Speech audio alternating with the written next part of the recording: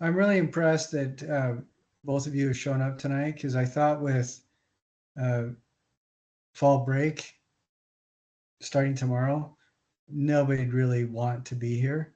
And being here doesn't mean you want to be here. So I really appreciate that you are. You guys have anything fun planned for the next couple of days other than cleaning your apartment? Nothing, huh? I think I'm going to drive to Las Vegas tomorrow. That'll be, I don't mind driving there and back. I really cannot stand driving in the city itself. It makes me very uncomfortable.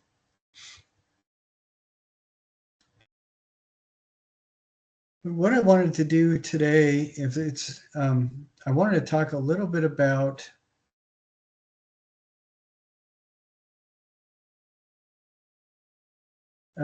just a couple of issues that have cropped up with another class that I'm teaching, just to inform you in case you come across something similar in this class.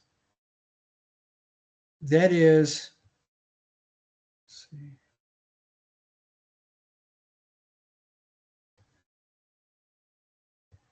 That is, this is weird. I'm sorry, I'm trying to talk at the same time. I am, there we go. Okay. As I'm trying to figure out something on the computer. One of the issues that I've had with other classes that I've teach is that people get confused about writing the reflection because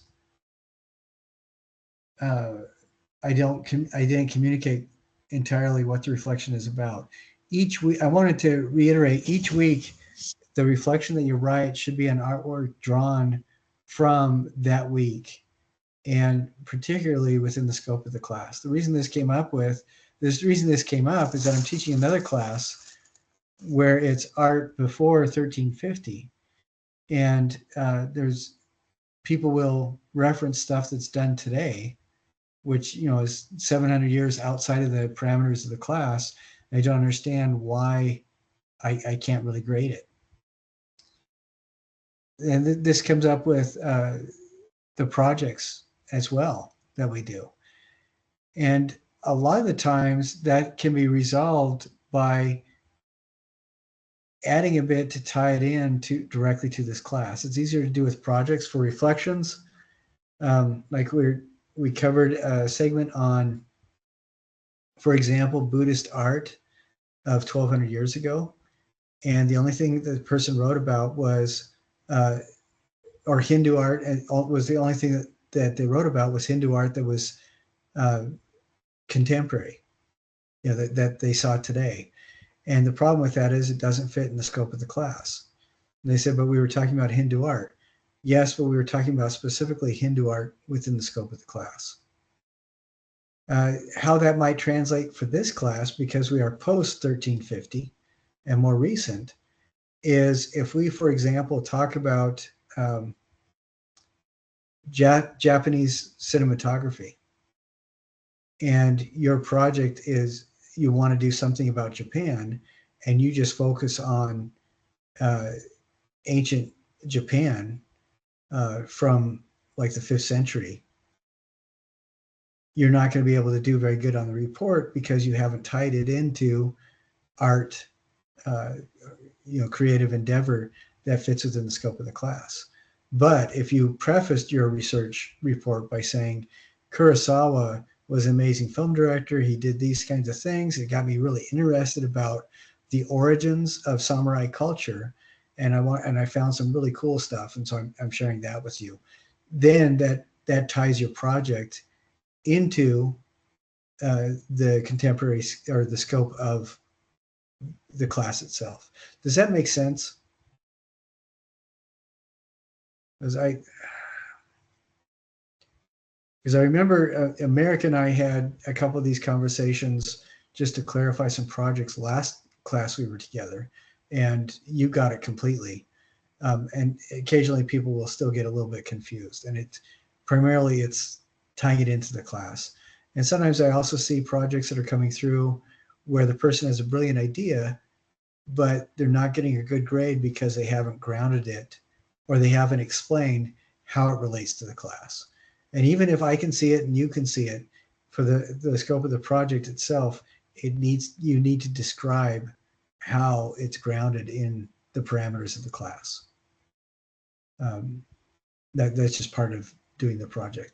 So if anybody has any concerns, what I really appreciate is that the people that have been contacting me, we've been able to work through it and they understand what's going on and I understand what's going on with them. And there's been more than a few times where somebody said, hey, but you said we could do this and this. And they showed me where I'd said it and and they were right. So they got the grade.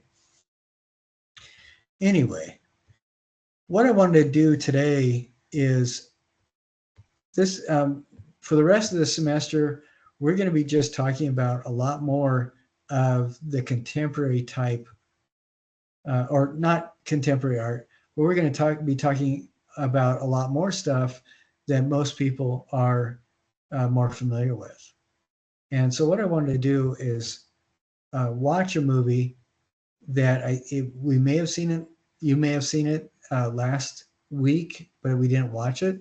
I want to actually watch the movie this time, and then we'll talk about what they're saying, because I think that the difference between art periods and art movements is important enough that I want to make sure that everybody really gets it.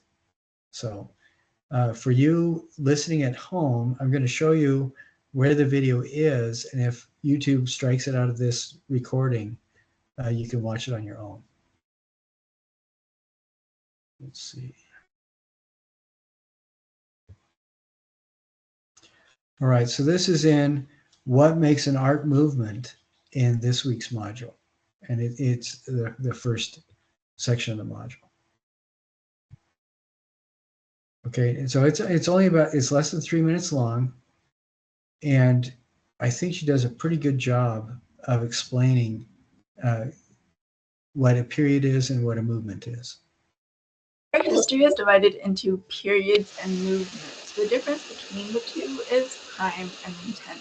Art periods are based on historical eras, and unlike art movements, they aren't consciously formed by artists. Art historians group their art together because they're made during the same time in the same geographical location, so they share a lot of similarities in their cultures, religions, and taste in art subjects. For example, medieval art is made during the medieval time, so right after the fall of Rome and right before the Renaissance. Pretty straightforward, right? So there's the prehistorical period, Mesopotamian period, Egyptian period, Byzantine period, Renaissance period, Baroque period, and that's just a few of them. An art movement is formed by a group of artists, usually with a set goal, and they can have an associated art style or a shared ideology. They usually have meetings, manifestos, and publications that clearly state their goals, basically what they think art should be. Some art movements include realism, impressionism, expressionism, Cubism, Surrealism, and pop art. The line between periods and movements isn't always clear, but while periods were designated after the fact, movements were formed by artists. They may have not called themselves that, like the Mannerists didn't call themselves Mannerists, but they had a same set of goal and ideology that they aspired to, that set them apart from any church or state's regulation of what good art is. Art made today is sort of grouped under this larger umbrella of contemporary art, but maybe in the future they'll have more descriptive names than just contemporary, because I can see that being really confusing. And if you have no idea what I'm talking about, now is a perfect time to transition into my outro and prompt you to go watch my What's the Difference Between Modern and Contemporary Art video. In it, I go over modern art, postmodern art, anti-modern art. We don't need to watch the rest of that, but we will be talking about the differences between modern, postmodern, and contemporary, because it's not what you think. I think one of the things that there's a couple of things that I like about this, and a couple of things that you didn't address directly. One is there are a lot of words that we use in art history that should be synonyms but are not. And some of those words, like period and movement, it sounds like they should be the same, mean the same thing, but they don't. And it is not true that every movement is artists purposely doing stuff that's similar, but there are movements, a lot of movements that we'll see from about I don't know. The first one that comes to my mind is about 1907, moving forward, where people were consciously working on similar ideas and working with their similar ideas, but in their own individual, with their own individual vocabularies. I think that the three categories of difference between art periods and art movements come down to um, time, geography, and intent, which is pretty much what she was talking about in that video. Generally, a period of art is going to be spanning generations. It may span centuries, but it's going to be on the order of many years and probably lifetimes of people.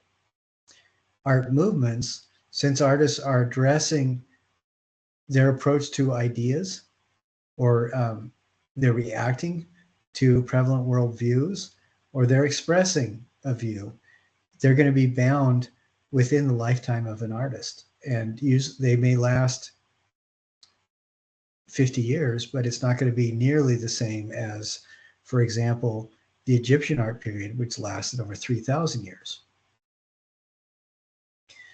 Uh, the second one is geography. In general, periods are going to be localized geographically. The Egyptian art period is going to take place in Egypt. Mesopotamian art period is going to take place in Mesopotamia. Harappan art is going to take place in Western India, near Harappa. Um, Yoruba art is going to take place in Nigeria, where the Yoruba kingdoms were. But when you look at De Stijl, which is a 20th century art movement, that had artists that were communicating using technology contemporary to the times. They were able to share their ideas and express themselves individually within the same art movement in several different countries at about the same time period. You also get the same kind of thing showing up with regionalism. Happened in Mexico, the Midwest, the U.S., in Texas, and the Southwest, Southeast, a couple other places, all happening about the same time in very different parts, very different areas, because people were aware of each other's work. And then the third difference is intent. With the art period, artists are functioning as Kandinsky calls them social prophets, but artists are functioning as instruments of the community. So they're not functioning necessarily as individuals. They are an Egyptian artist during the Egyptian period will function as a human tool of the society. They know what they're doing about monuments and artwork and artifacts and things like that, but they're not trying to express their individuality other than with their own craftsmanship and their own perspective on the symbols of the society. What the artist is doing is making things that the society itself can identify with. And then with an art movement, that is specifically different because artists during an art movement are expressing an idea, or they're working with an idea, or they're responding to an idea. When we look at realism and romanticism, romanticism is a response to this idea that that human beings have lost touch with the environment, and so we need to be involved with the romance and the drama of the natural world. Remember that one video we were watching where the guy was talking about sometimes nature wins, sometimes humans win, and but that idea, and you guys were talking, sharing some really good observations about how it seemed to be outside of the normal functions of time. It seemed to have lighting that fit more like a fairy realm. America, do you remember some of that conversation? We were talking about romanticism, and that, so that was a very specific way of showing the world. And then we look at realism. The realism was not that people were trying to draw things that anybody could see or paint things that you could look out your window and see. They were trying to uh, bring art to a point where normal everyday people could connect with it because they were showing everyday normal real things, like that one where the two girls are waiting for a ferry and you see the pile of donkey poo. I mean, that is not something that you're going to see generally in most paintings hanging up in the Vatican. Because, but because of what the realists were doing, it was really important that they show actual things, actual reality. Now, we are going to bounce around just a little bit uh, because it's really important that we develop some vocabulary moving forward, that we vocabulary that we can share, so that as we move forward, you guys, all of us can talk to each other with confidence about what we're seeing. Do you remember a while ago we had a short conversation about the color or the word for blue did not exist in Mediterranean or Western literature until about 400 BC? Did we talk about that at all? Do you guys remember that? And it's we, according, I believe that blue always has existed, but people didn't have it. I mean, didn't have the word for it.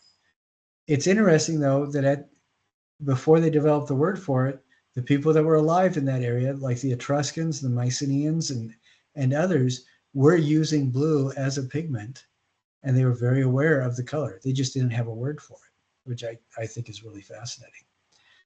And now you get into any sort of a graphics program, and you're going to have thousands of options for different shades of blue. What language allows us to do is the more specific we can be in our descriptions and our language, the more precise we can be in our thinking. And I think an evidence of that is if you look back from when you were a child to when you are now, you may have felt a lot of the same kinds of things growing up. But when you were 5 or 6 or 7, you did not have a lot of the words that you can use today to describe how you feel, even if you felt the same things, because your vocabulary has expanded. And because of that, you can more precisely communicate how you feel to somebody else so that either you can commiserate with them or they can support you. And that's one of the magical gifts of language. And so what we're going to do is just talk a little bit about uh, one subset of language, which is abstraction. This is a difficult thing. As we start moving into closer to today, people become more and more comfortable with using abstraction in their painting. We have seen quite a bit of stylization and pattern work where people have made things that represent trees that don't necessarily look like a tree that everybody else would recognize. But in the context of the work, we can see that it fits into that worldview. Like when we were looking at the Name, those books, uh, people would show plants and different things, and they were stylized. When after realism and romanticism, people start artists have the bravery to start showing what they see themselves, and they're sharing their own perspective. Because before the 19th century, almost everything in the Western world art wise was commissioned by somebody. So an artist was really good at doing what somebody else wanted. In the mid 19th century, so talking about 1850 and forward, remember last week we were talking about one of the Industrial Revolution uh, benefits that made it so that artists could do a lot more stuff. Do you remember what that was? That one little device? And I'll give a hint, it replaced the pig bladder.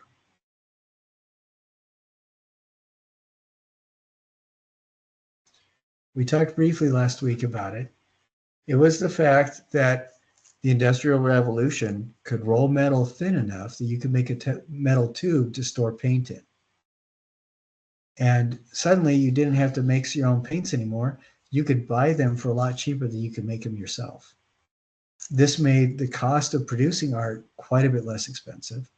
And with coupling that with the fact that so many more people were getting disposable income because of the jobs and different offerings revolving around the Industrial Revolution,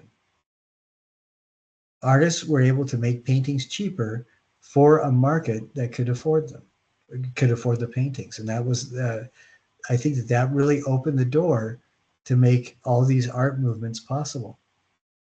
You no longer had to rely on the good graces of somebody that demanded that you paint exactly what they wanted you to paint. Now you can do your own thing. Now I ask Riley in America, when both, there's going to be an obvious answer to this, but there's also something else, a different answer. When both of you look at a tree, and you could stand on opposite sides of the same tree, is it going to be appearing to be the same tree? Are you seeing the same tree as the other person? Okay, America, you said no. And Riley, you're saying no too. Why? Different perspective. Exactly. You have a completely different perspective. It may be the same physical object, but when you see a tree, America, it's going to bring up all these memories and words in your head that are completely different than when Riley, all the stuff that goes in his head when he sees a tree. And if you are an artist that is working at expressing what you see yourself, your trees are going to look very different. Now, remember, we talked a little bit about um, people misusing the Plato quote that art imitates nature. Do you remember what the rest of that quote is? Or the rest of that idea? Because Plato is talking about nature is a manifestation of the divine will. And so if art is imitating nature, he's implying that art should also be a manifestation of the individual will, which means that when Riley paints a tree and when America paints a tree, they are not going to be the same tree. If it's real art, they're not going to be. If you're going through the training program, learning how to make a tree so you get more comfortable with it, that gives you the base vocabulary so you can do your own thing. But when you are expressing it as America or as Riley, it's going to be uniquely your own, because that's what art is. Now I'm going to share my screen and show you this. We're just going to walk through a discussion of abstractionism and non-objectivism. These are words that I think are really good to have in your back pocket, so that when you do family dinners, like around Thanksgiving or whatever, somebody can ask you why you're wasting time on art. Then you can pull out the $4 words and really impress them with your astonishing vocabulary. I want to ask a question. This painting by Hilma af Klint is an abstract painting. It's more of a non-objective abstract painting, but it's called abstract because it does not have a one-to-one correlation with anything identifiable in the physically experienced world. It looks to me like there are ideas here, there are connotations. Maybe Hilma is expressing some of her own thoughts and perspectives on things, but it is not a painting of a tree. It's not realistic. It's not romantic. It's not any of those things, but it's still very valid.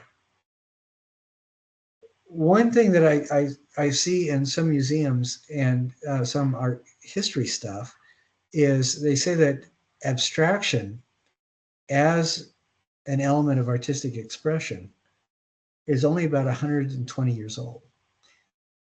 Well, this isn't, I don't think that's true. And the reason I don't think it's true is, can you guys tell what these shapes here are? What do they look like? The letter W. Yeah. Does the letter W have a one-to-one correspondence with anything in the physical world?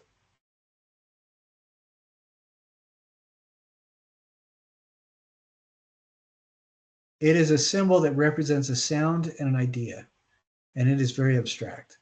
Written language like that has been around for thousands of years.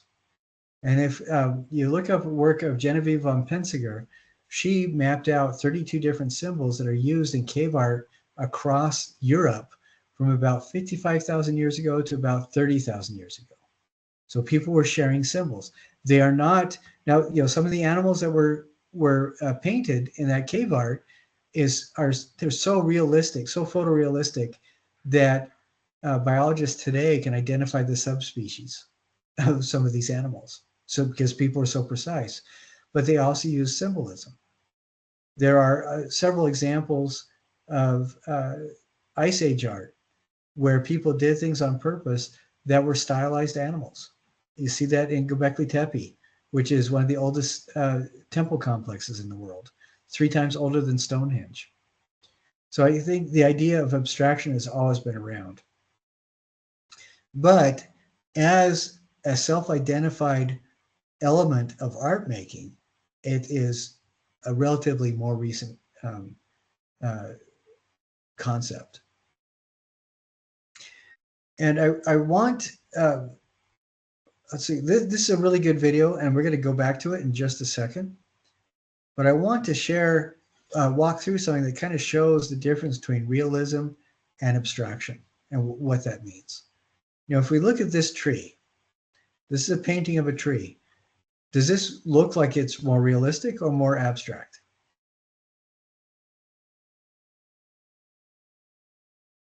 Realistic. Yeah. I mean, I think everybody could see that that's a tree. If you have the use of your eyes, your eyesight, this looks like what you see when you think of a tree. And then when we start looking at this is a really beautiful Name miniature painting. Can you identify what this person is climbing on, what the squirrel is sitting on? What kind of thing is this?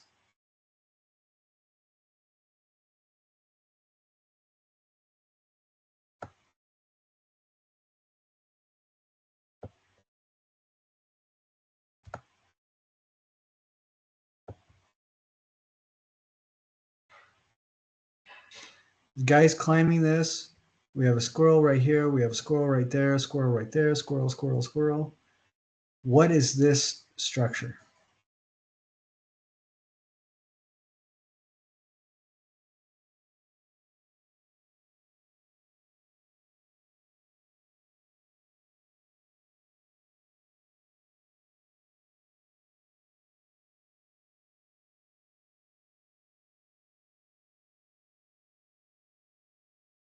Can you tell?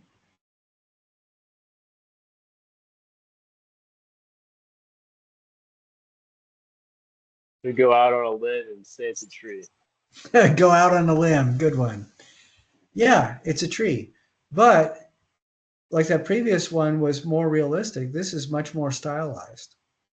It is very, I mean, I would run screaming into a van or do whatever I could to get away if I saw a tree where every leaf was exactly full face on to me.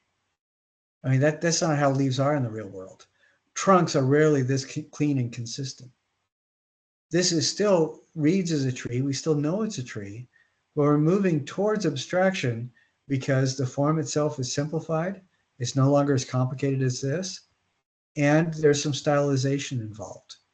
The leaves are simplified. It's the same leaf shape over and over and over again.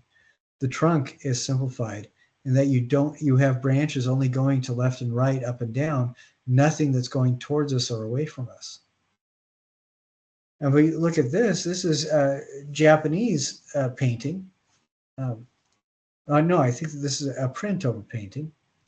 And this is a little bit harder to see, but you can see this branch right here that I'm tracing out.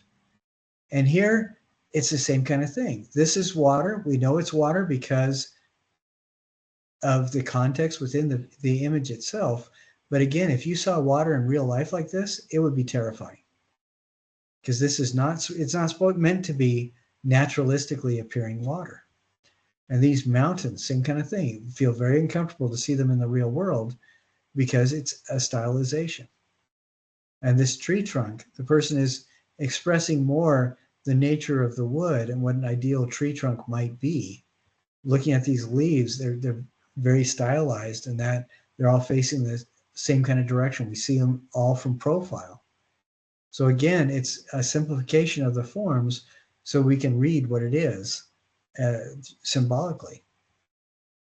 Same kind of thing, where in this case, here's the tree, here are the leaves, all the flowers are identical, all the leaves are identical, the branches branch out almost symmetrically, which rarely happens. But this is, again, a stylization and a simplification of the natural forms. And this is another step towards abstraction. Now, if we look at this, how would you react, America, if you saw that tree in real life? Would that be just slightly terrifying? Yeah, it's just one color. How many trees have you seen that have been just one color? None. And but this idea, this concept, it reads as a tree because we're comfortable with that symbol. And this is another level of abstraction. So here, the abstraction is making a pattern. And here, the abstraction is moving us so far away from what a natural tree would look like. Trees are never solid colors, they're never in silhouette like that. But it's symbolically replacing what a natural tree would look like. And then this is the kanji writing of a tree in Japanese. And we can kind of see there's a stylized trunk here, stylized leaf canopy here. Maybe this is a horizon line. But it's interesting because this is now so far removed from the tree. The only reason we know it's a tree is because that is the common usage. It's commonly used to reference a tree. And then once we know it's a tree, we can kind of see the tree geometry within it. And what's interesting to me, though, is this is an abstraction. This is when we start talking about letters and things like that. They do not have a one-to-one correspondence necessarily with the natural world, but they may be distorted from objects in the natural world, and they represent sometimes abstractions of real things. Now here is a painting of a park. It's a landscape. Can anybody nod if you can see any of the trees in there? Can you kind of see shapes that you could think might be trees? Yeah. And the forms, it's so abstracted, they become like fields of color almost, or vertical lines almost representing those trees. And this is a really good example of what that abstraction comes to look like. The reference points, maybe we know it's a tree because of the title, Green Garden. Maybe we know it's a tree because of the color. We assume that its plant life is green, so that's what it references. And there's maybe some contextual cues in the painting itself that help us to know relatively that there's a chance it might be a tree. But what's interesting, if you came at this with no context, just like with the kanji, I mean, there's no way of knowing. You'd have no idea. And then I really want you to watch this video. I think it's an excellent one where it walks through that. And I'm going to actually So we'll get past this video ad. And I don't think we want to watch the whole thing, but I want to show you Mondrian is he was a Dutch artist who painted horizontal and vertical lines with primary colors, essentially. That's what he's known for. And this kind of painting. Now you look at that, and that looks so abstract it doesn't make any sense at all. Would it surprise you to know that most of these are landscapes? Would that surprise? Yeah, it's a big surprise because it doesn't look like anything identifiable. And this is a really good example of what abstraction became. When he started painting, he was doing stuff like this. That reminds me, not if you agree, but that reminds me quite a bit of the realism stuff that we were looking at. Do you get that kind of vibe? I'm thinking particularly the Gleaners, those kind of paintings, because you can identify the animals and things, you can identify what they're doing, and it's very boring, ordinary stuff. Then he starts doing things like this. Now we can see this is a painting, impression of light and shadows, but I think I can see a tree here. I can see a tree here. This looks like a canopy right there. I think it's like a birch tree here and here. I can see off, it looks like this is reflection, so maybe a pond right here. I can still make some stuff out. Do you see some of that, what I'm seeing in that painting? Okay. So he's abstracting it quite a bit, but we can still see some relation to the real world. This is where he's abstracting, but the forms, we can tell what the things are because the forms are there. But what he's abstracting is the color. He's just using solid color. Now, if you go to a windmill, it's most likely not going to all be that color. But for Pete Mondrian, he was trying to express a simplification of the world. And so he would make these shapes. This is called Fauvism, but he would make these shapes so that the silhouette of the shape was really naturalistic. But when he'd color it, he would color it all flat, one color. So it looks more like a graphic image rather than a painting of an identifiable object. He also had forays into cubism and different things like this. You can see, or I see at least, some elements that I recognize, like maybe there's a window there, glasses over here. I don't know what this is, maybe a pot, but it looks like there's something set on the table here. It looks like maybe this is a cup, a book here, another book there, another cup, a small cup right there. But there are some identifiable things. Why is this called abstraction? Because he's taking and simplifying the elements that we would recognize, but there still is a correspondence to the real world, the experienced world. Now you look at this, it's called The Flowering Apple Tree. If you didn't know the title, would you know what that was? It'd be kind of hard pressed to see it, but title, can you see the relationship that painting might have to an apple tree or a tree? Yeah, kind of. Yeah, there's some of the curvy branches in there. It seems like some of the curvy lines have a shared origination point, maybe like a trunk or a root ball. But it is moving away from that tree. And again, it's one of those things where if you didn't have the context, there'd be no way of knowing what it was. And there's some other stuff I want you to see in this video, so watch it yourself. Now, what he is done with this, you saw with that painting there, or I'm sorry, we didn't see that one. We saw this one.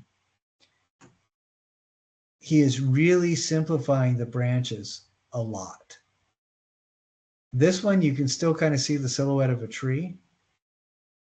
But as we move forward in time, if you know what to look for, you can see it, but it's getting harder and harder to see it. And then he gets to this point, the only reason we know that it's a tree is because he told somebody it was. And if we know it's a tree, then we can start maybe thinking to ourselves, well, maybe these are branches, maybe this is the light coming through this area or whatever. But in his effort of simplifying for himself an increasingly complicated world, Pete Mondrian was focusing on verticals, horizontals, and very simple color. So he was trying to take the things that he saw and abstract them to some of the most basic elements, horizontal, vertical lines, basically.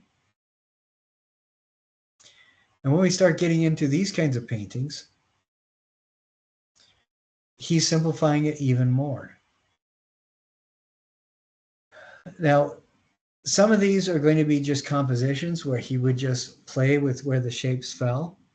Some of them are actually going to be landscapes that he's simplifying. And the only reason anybody knows that one is a landscape and one is an exercise composition is because he told somebody that it was a landscape.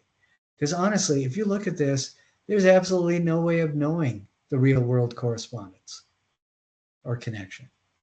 And that's when we start getting into the realm of non-objectivism, when we're it's so abstracted we can't find something to connect to it.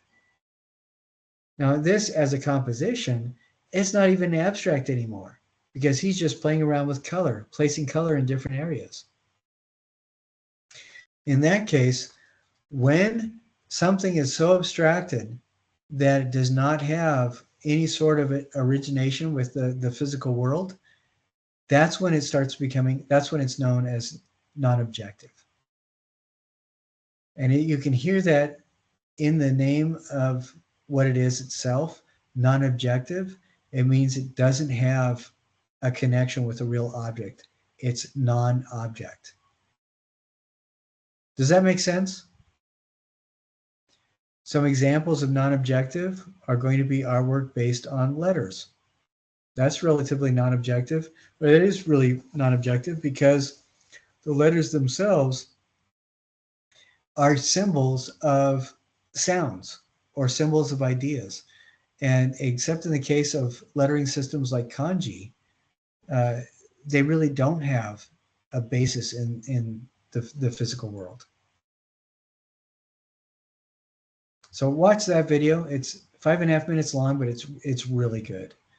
And this is his reaction to New York later on in life. And what's interesting to me about this is I think we could make an argument that is abstraction, because knowing that it took place in New York, maybe this is a vertical view of a street map.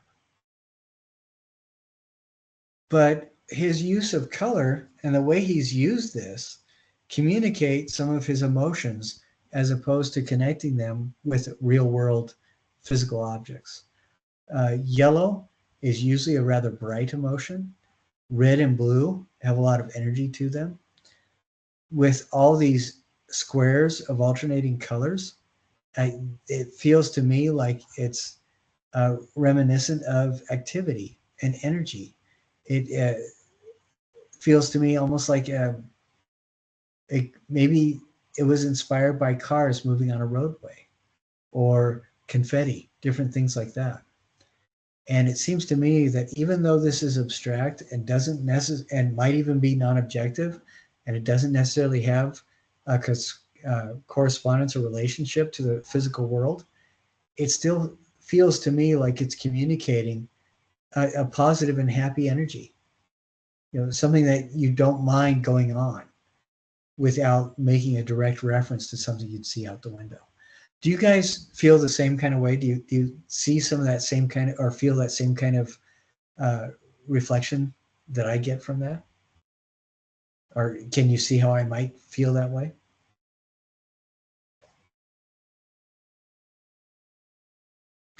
Now we look at Duchamp. This is a good, this could be, we can argue that that's non-objective, but Duchamp, even though you may not recognize what this is right away, this is definitely an abstract. The title of the painting is Nude Descending a Staircase. And it looks really confusing. Until you start thinking about this. This was painted at a time when cinematography was just getting started. There's a guy named Edward Maybridge who published a series of books where he took very fast photographs, very quick, high shutter speed photographs, and demonstrated that objects were doing different things when they moved. You know, it wasn't, and you could capture those movements in time and then replay the movement by showing those photographs in rapid succession. So this is, he did that about maybe 50 years before film, but because of what he did, that made cinematography possible. How many frames are we trained to see in movement per second of film? You know how many frames there are per second about? There's actually 24 frames per second. And those are distinct images that we see in film.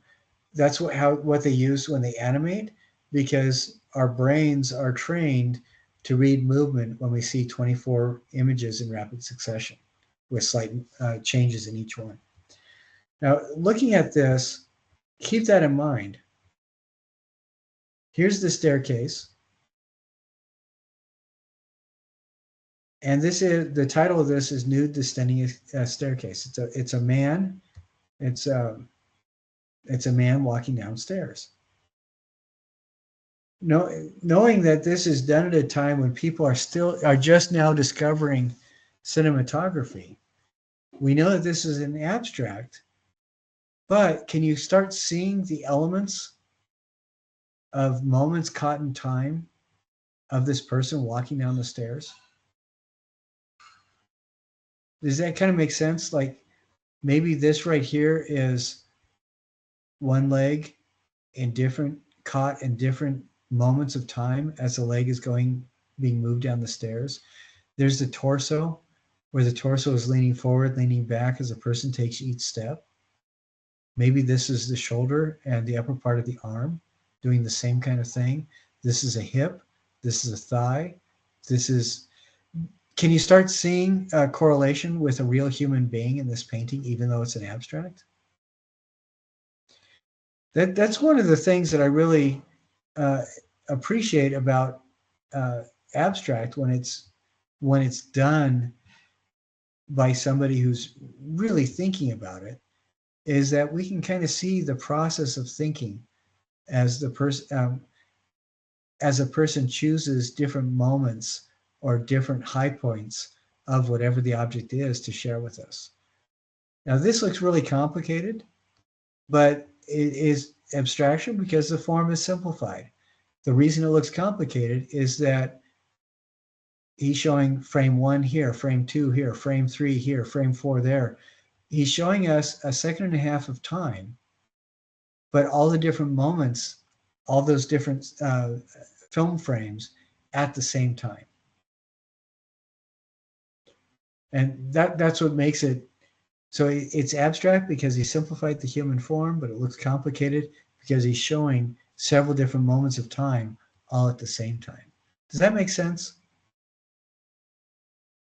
And if you can imagine cutting up the different images of film and overlaying them so they're semi-translucent, this is the kind of image that we would see going through that.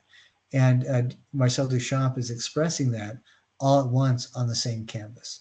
So yeah, this would be confusing if you didn't understand what it was about, but talking about the context, that starts making a little bit more sense, doesn't it?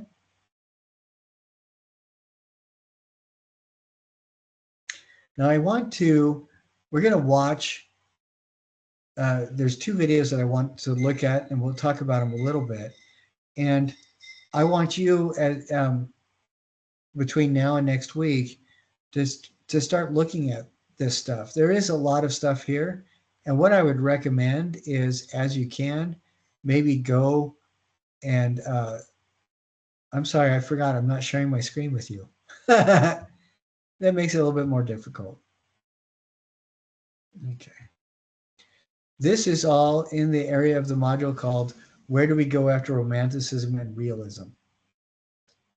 Uh, what we're going to be doing for the rest of the term is focusing on these different movements a little bit more tightly. But right now, I'm trying to get.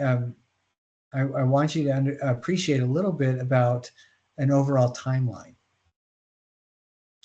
And to get started with that, we talked about periods, we talked about movements. I want to help expand vocabulary a little bit as we talk about how to look at art. And so we're going to watch these two videos. One is how to look at art, and then the other is who decides what art means. And these are things where there's not really a concrete right answer so much as I want you to consider what these ideas are. And then on your own time, I would like you to look at this timeline. This is really good to look at. And as you can, look at the article. And then if you have the time, look at the videos as well. I would really recommend looking at the videos as much as you possibly can, as many of them as you can. This goes over several different ones. It's honestly, it's not that important that you look at each one because we will go at them more tightly as we go on. But it would be good to at least click on these and check out the articles. Spend a couple minutes on each article.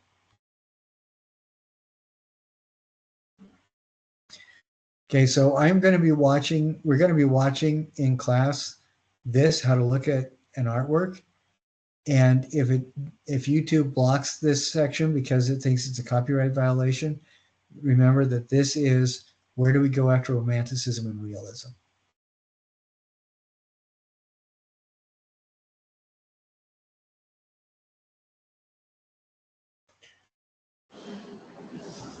People usually spend less than a minute looking at a single artwork. Most spend no more than 5 seconds.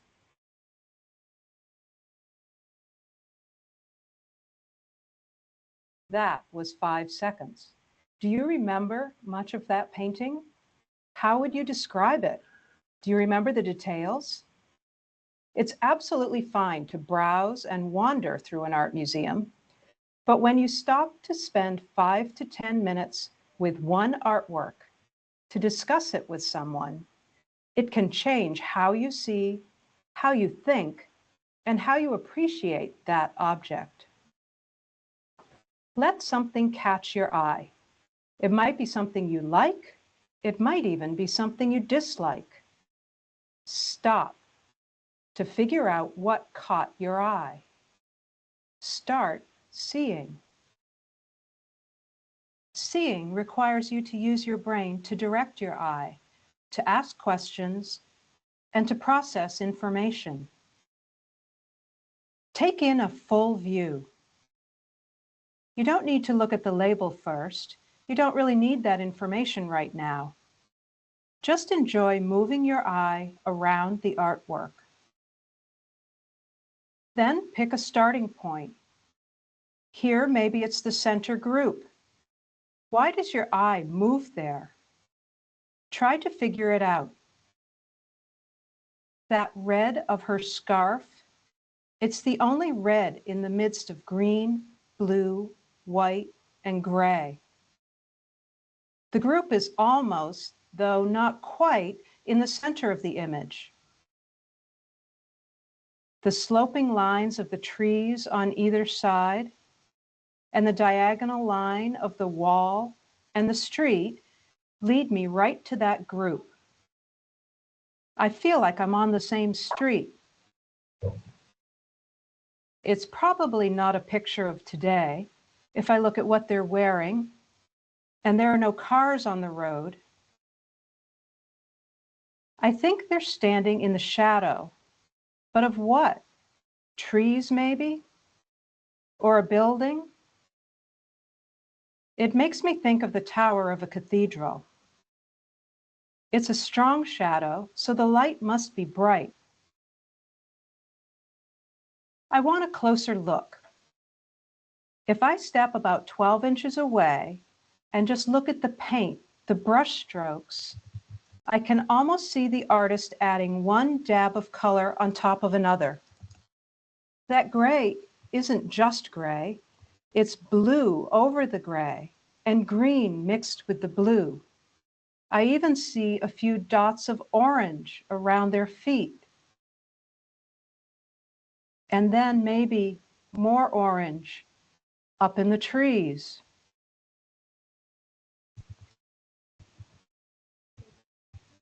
And then again, up in the hillside.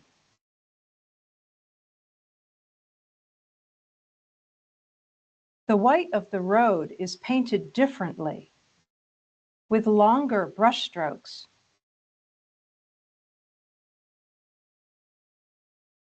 The faces aren't detailed, they're just blobs of color. How does the artist know where to put those blobs of color so that it looks like a face? Let's put it all back together again. If I back up,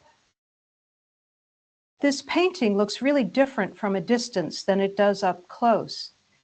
The edges and shapes look so solid from here, but I now know that they're made up of small dots of many colors. It's similar to the painting to the left, with all those dabs of color, but it seems a little more controlled maybe. And it's similar to the painting to the right, with the same colors and a road, but different brush strokes. Now let's look at the label. So it's by Léon Porteau, a French artist, and it was painted in 1891. He was young when he died, only 30. And on the painting in the lower right, LP 91. So that's the artist's name and the year it was painted. I guess I never thought about how the landscape can be broken into these big shapes, or how many different colors can appear in the landscape. A green tree isn't just one shade of green, it's many shades of green, and the blue between the leaves of the sky. Maybe this makes me more observant of everything around me, even when I'm outside the museum. So, as you wander the museum, take time to stop and focus your attention on a single artwork, because it deserves more than 5 seconds.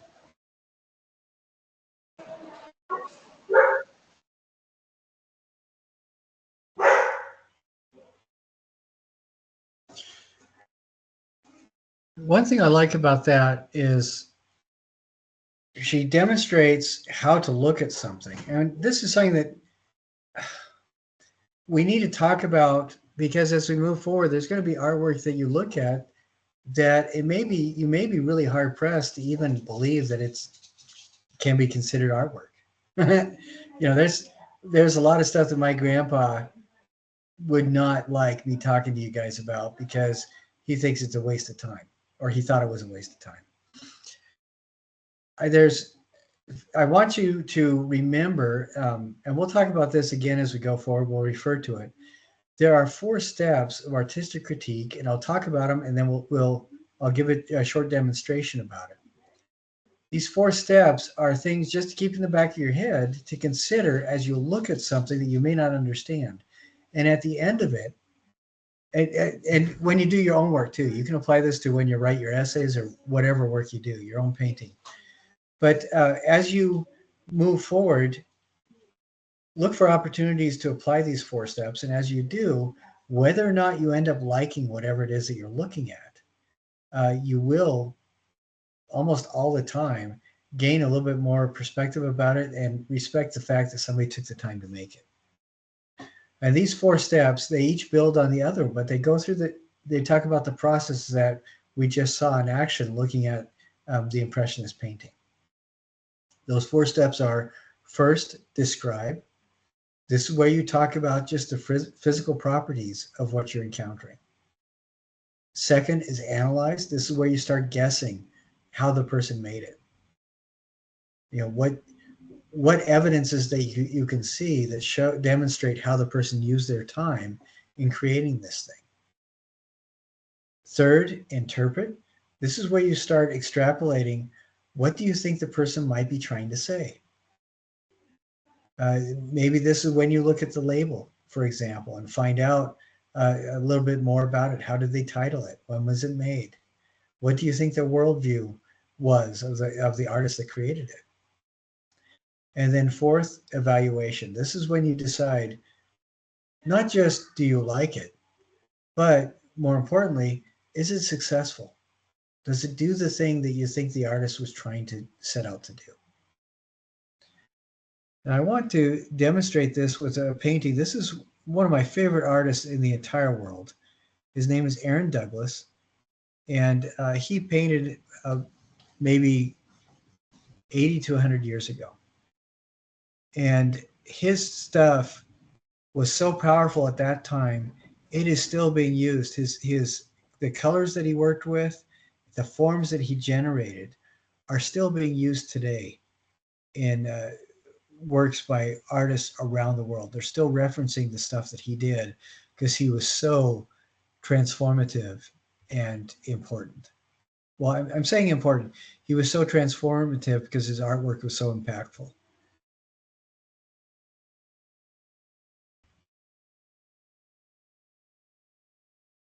Okay, so this is the painting that I'm looking at.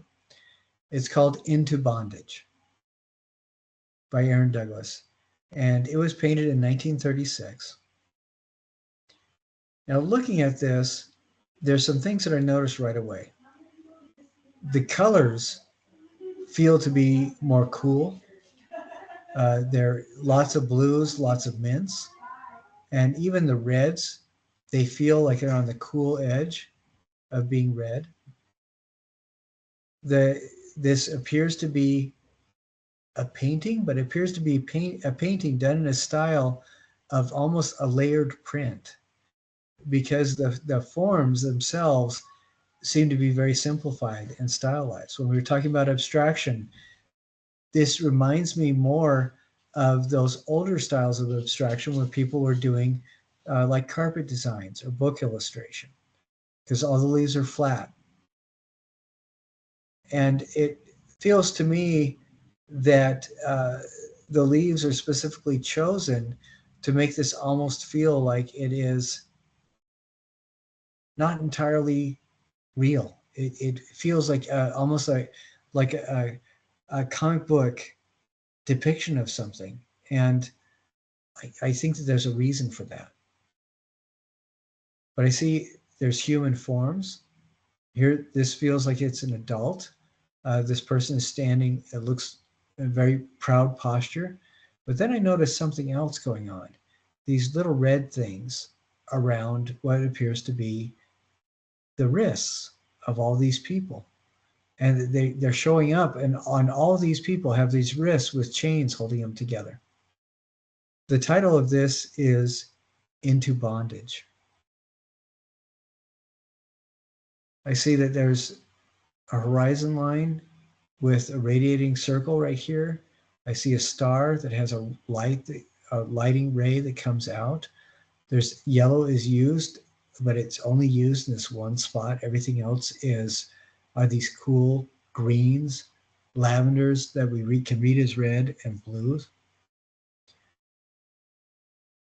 And these colors, there's an emotion to well, and I'll go into that after interpret, but I'm still trying to describe it.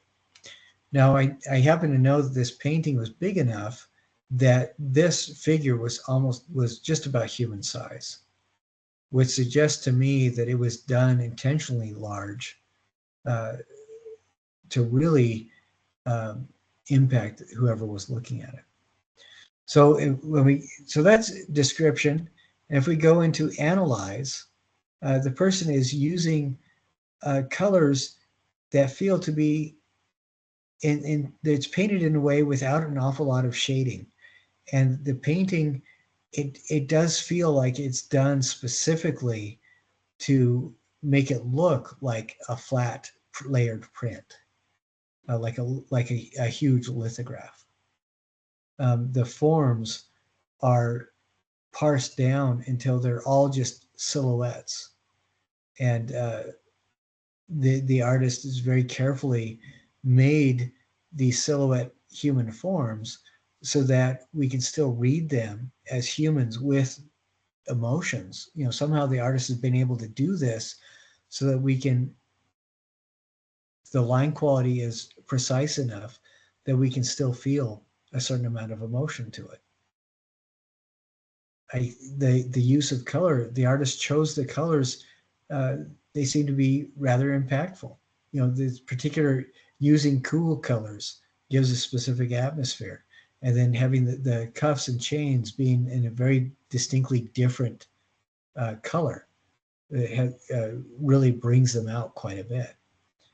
And then we see that the artist has chosen to use graphic elements that are very specific to the time period. This was painted in 1936 when graphic imagery, and I'm not talking about, you know, today we use graphic to describe things that should get a PG or R rating. But in the original term, as it was used in advertising, graphic was specifically simplified or abstracted images that were designed to give maximum impact with minimal texture. And I think we can really see that the artist was very much paying attention to that aspect of the um, the shapes he used. Now here's a star with this yellow beam. Again, he's painting specifically, designing it to look like a print. Then if we move away from analysis, where we're just describing how it was made, now we're starting to talk about interpret. The cool colors make me think of things like moving into a winter, and how these people, their posture. This person looks like they're pleading. This person looks very brave and resolute, but the rest of these, their heads are down, their shoulders are bowed. It feels like their emotion is defeat, like they're marching into a winter of the soul. The horizon feels very bleak because of the color choices that are being used.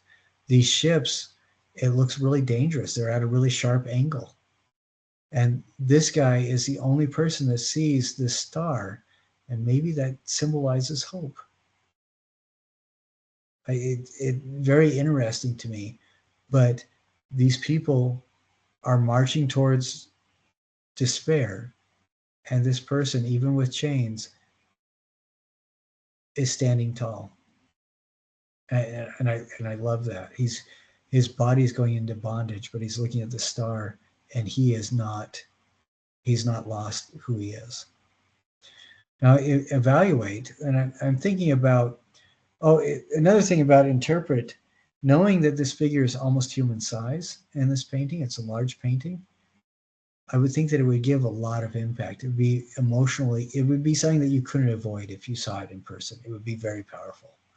And I love that aspect to the painting because it seems to resonate with the ideas that are being shared. That there is this bondage. It's a real thing that happened. People's lives were destroyed as they were marching into winter. But within that is also the seed of resolution. You know, this person may be marching into bondage, but this person is not giving up. There's still hope. There's still an identity. Now, if we talk about evaluation, what is it successful? I think that it's successful in that it communicates a very complex matrix of emotions, ideas, and thoughts. It makes you think about things.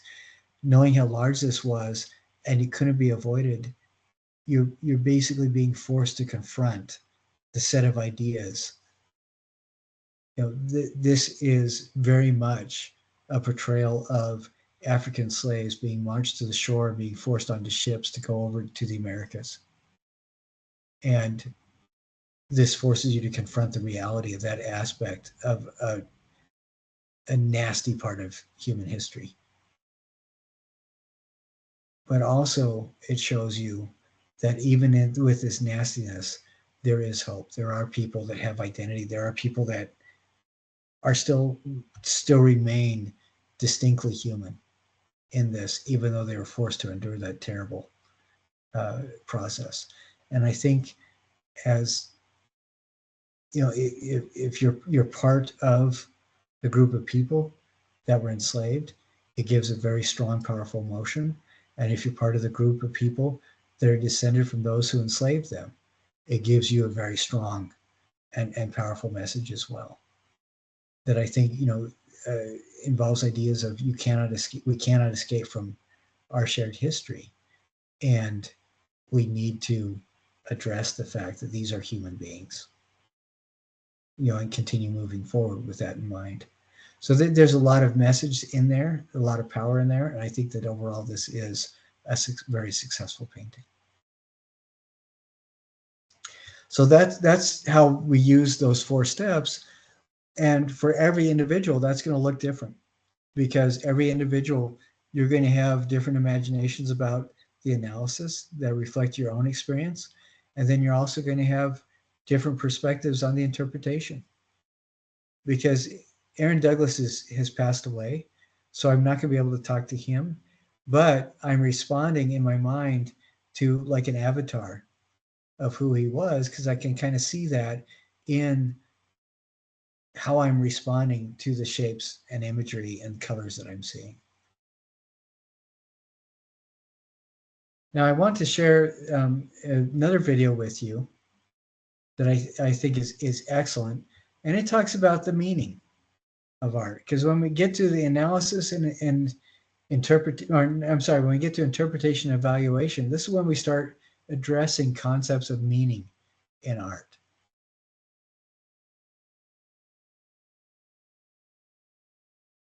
And this is only 4 minutes long, but I think it's really good. Again, this is Who Decides What Art Means. If YouTube blocks it from our class, go back and watch this video.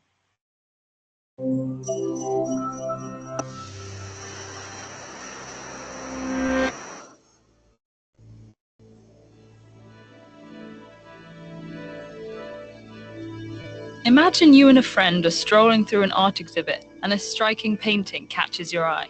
The vibrant red appears to you as a symbol of love, but your friend is convinced it's a symbol of war.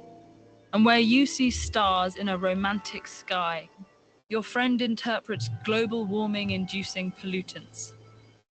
To settle the debate, you turn to the internet, where you read that the painting is a replica of the artist's first-grade art project.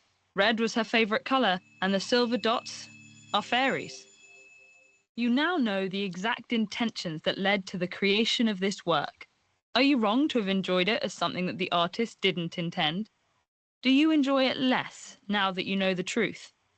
Just how much did the artist's intention affect your interpretation of the painting? It's a question that's been tossed around by philosophers and art critics for decades, with no consensus in sight. In the mid-20th century, literary critic W.K. Wimsatt and philosopher Monroe Beardsley argued that artistic intention was irrelevant. They called this the intentional fallacy, the belief that valuing an artist's intentions was misguided. Their argument was twofold. First, the artists we study are no longer living, never recorded their intentions, or are simply unavailable to answer questions about their work. Second, even if there were a bounty of relevant information, Wimsatt and Beardsley believed that it would distract us from the qualities of the work itself. They compared art to a dessert. When you taste a pudding, the chef's intentions don't affect whether you enjoy its flavor or texture. All that matters, they said, is that the pudding works.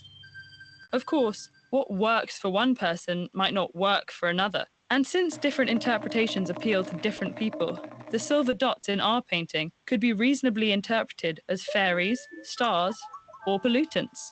By Wimsatt and Beardsley's logic, the artist's interpretation of her own work would just be one among many equally acceptable possibilities. If you find this problematic, you might be more in line with Stephen Knapp and Walter Ben Michaels, two literary theorists who rejected the intentional fallacy. They argued that an artist's intended meaning was not just one possible interpretation, but the only possible interpretation. For example, suppose you're walking along a beach and come across a series of marks in the sand that spell out a verse of poetry. Knapp and Michaels believed the poem would lose all meaning if you discovered these marks were not the work of a human being, but an odd coincidence produced by the waves. They believed an intentional creator is what makes the poem subject to understanding at all.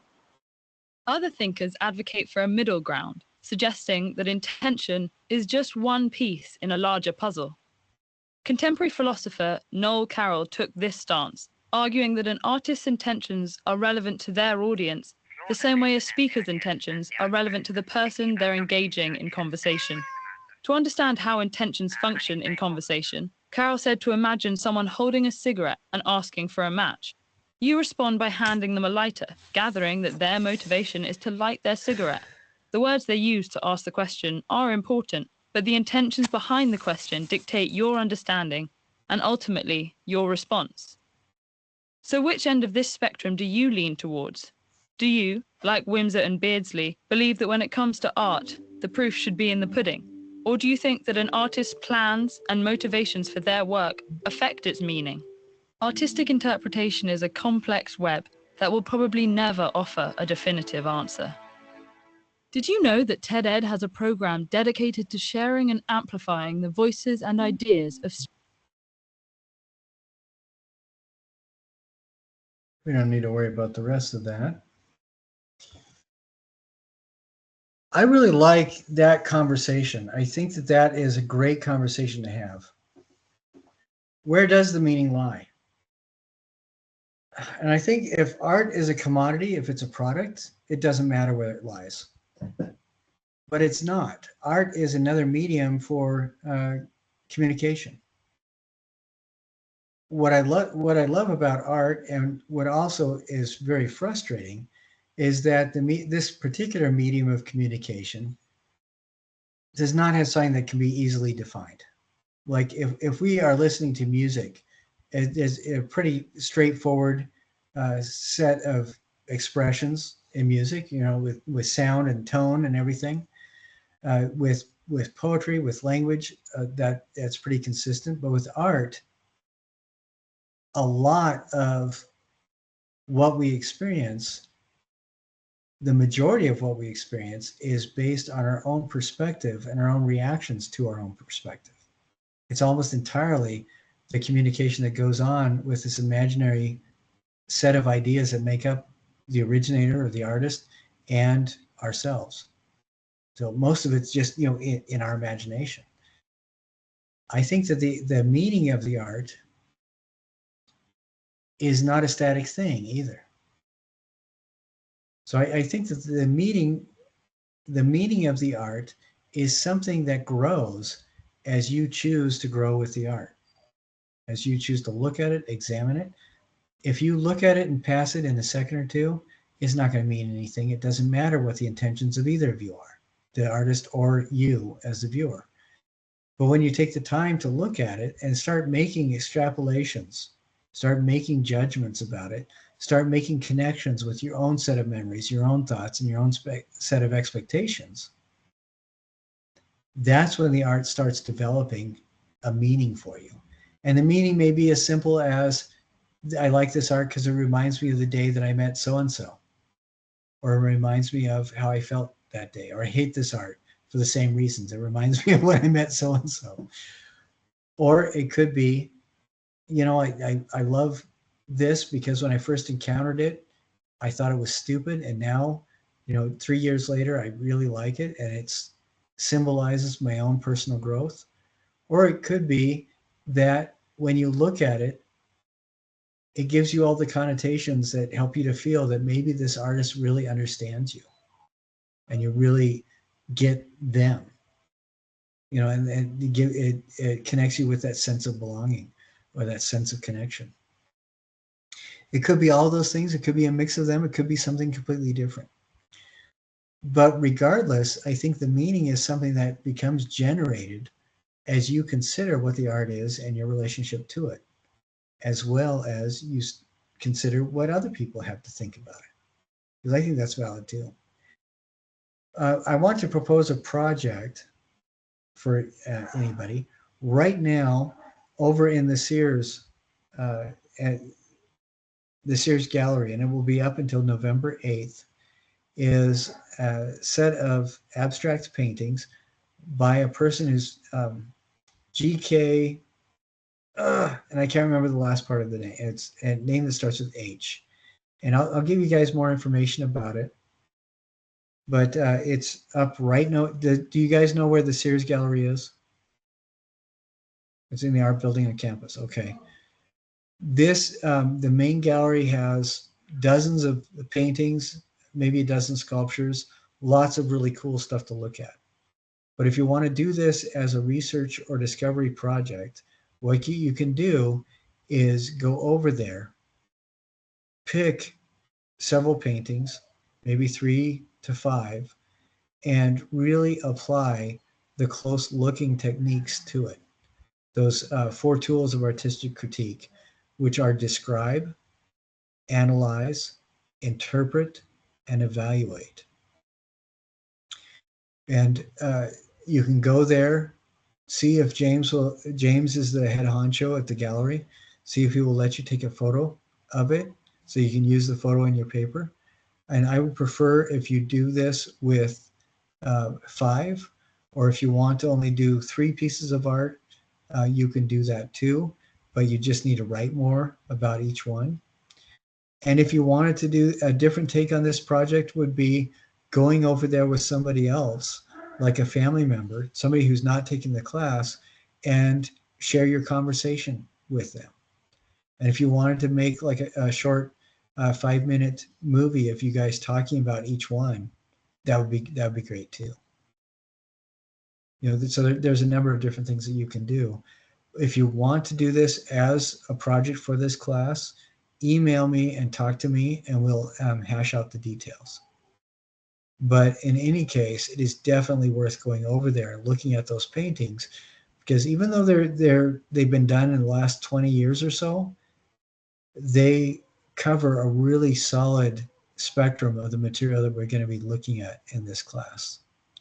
There's some Distille type ones, there are some surrealist type ones, and there are some non-objective studies that I think are really beautiful to look at. So as we move forward, do you think you have a little bit better handle on the use of vocabulary to kind of explore these things?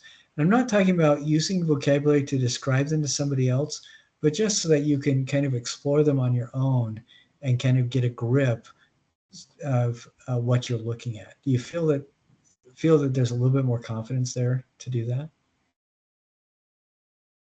I sure hope so. And I don't want you to feel like you need to be pigeonholed as to where you fall on the realm of where meaning resides. Because that, just as when you encounter art, it's an ongoing conversation with the artwork and yourself. As you think about where does the meaning lie, that is going to be a continually evolving conversation as well. I don't think that there is a solid answer that can be nailed down and pinned to a board. It's going to fluctuate because you yourself are going to be changing and fluctuating as you move forward. So it is something to think about. Riley and America, do either of you have any questions before we wrap things up?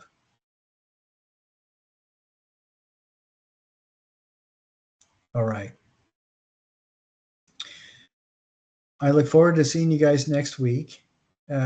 When you do your, Riley, you do have a question?